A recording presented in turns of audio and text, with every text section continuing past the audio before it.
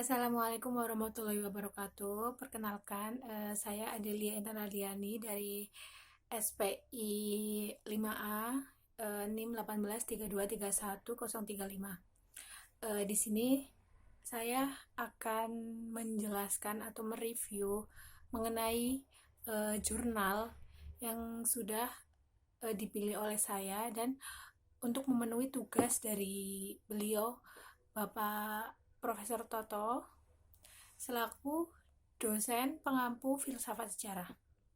Nah, kali ini saya akan membahas mengenai jurnal dari Ibnu Khaldun. Di sini siapa sih yang nggak tahu Ibnu Khaldun?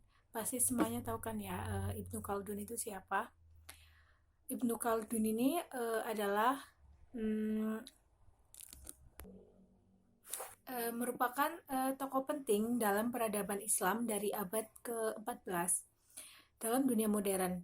Dia bergelar macam-macam sekali, seperti contoh mulai dari Bapak Sosiologi, peletak dasar filsafat sejarah, perintis ilmu ekonomi, hingga penggagas teori politik. Nah, kali ini saya akan membahas mengenai jurnal dari Ibnu Khaldun yang berjudul Konsepsi Pemikiran Filsafat, Sejarah, dan Sejarah menurut Ibnu Khaldun. Jadi di jurnal ini menjelaskan mengenai kata kunci konsepsi Ibnu Khaldun tentang filsafat sejarah adalah ibrar. Ibrar di sini berarti contoh atau pelajaran moral yang berguna.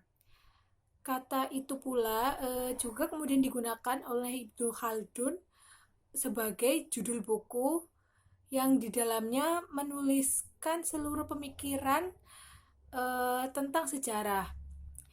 Secara terminologis, ibrar dalam pengertian seluruh bahasa berarti melalui atau melampaui, menyeberang atau melanggar perbatasan. Kelompok Sufi menggunakan kata itu sebagai alat untuk membangun dunia batin mereka. Jadi para Sufi itu memakai kata itu untuk membangun dunia batin mereka.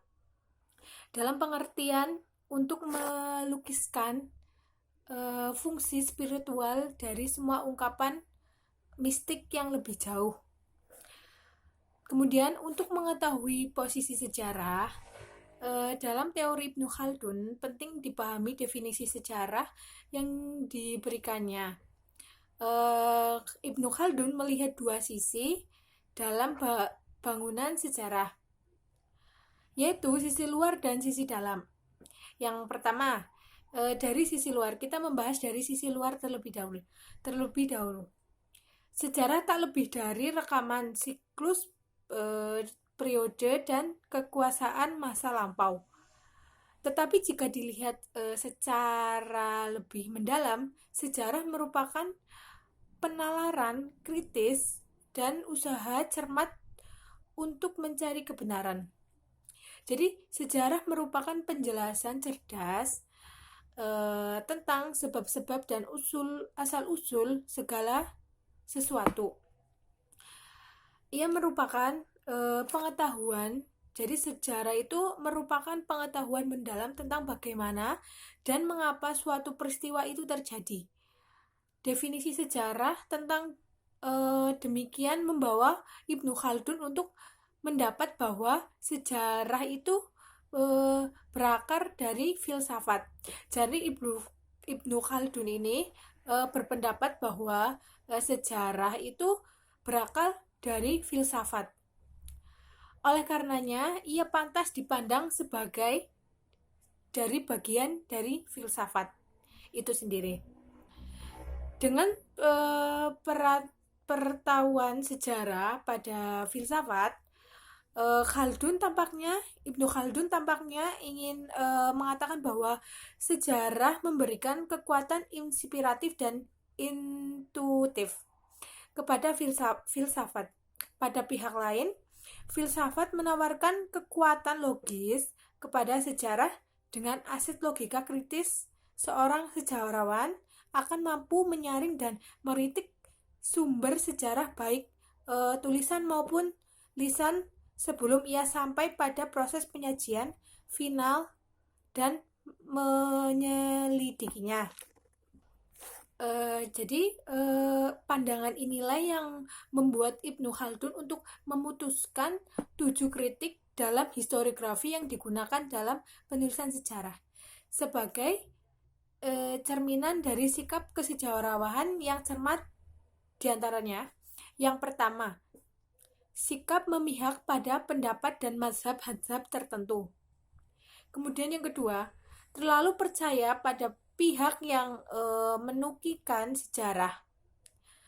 Kemudian yang ketiga, gagal menangkap maksud-maksud yang dilihat dan didengar serta menurunkan laporan atas dasar persangkaan dan perkiraan.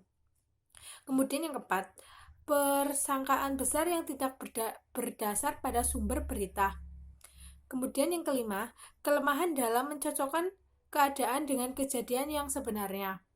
Kemudian yang keenam, kecenderungan manusia untuk dekat kepada para pembesar dan figur-figur yang berpengaruh dengan jalan memuji-memuji, menyiarkan kemasyhuran, membujuk-bujuk, menganggap baik setiap perbuatan mereka, memberi tafsir yang selalu menguntungkan semua tindakan mereka. Kemudian yang terakhir, ketidaktahuan tentang hukum-hukum watak dan perubahan masyarakat. Itulah dari 7 pendapat dari Ibnu Khaldun. Menurut saya segitu penjelasan dari saya mengenai review jurnal Ibnu Khaldun. Ya, jika ada kata-kata yang mungkin kurang pas atau belum berbicaranya belum lancar, mohon dimaafkan karena baru latihan. Sekian dari saya. Wabillahi taufiq wal hidayah. Waridho wa inayah. Wassalamualaikum warahmatullahi wabarakatuh.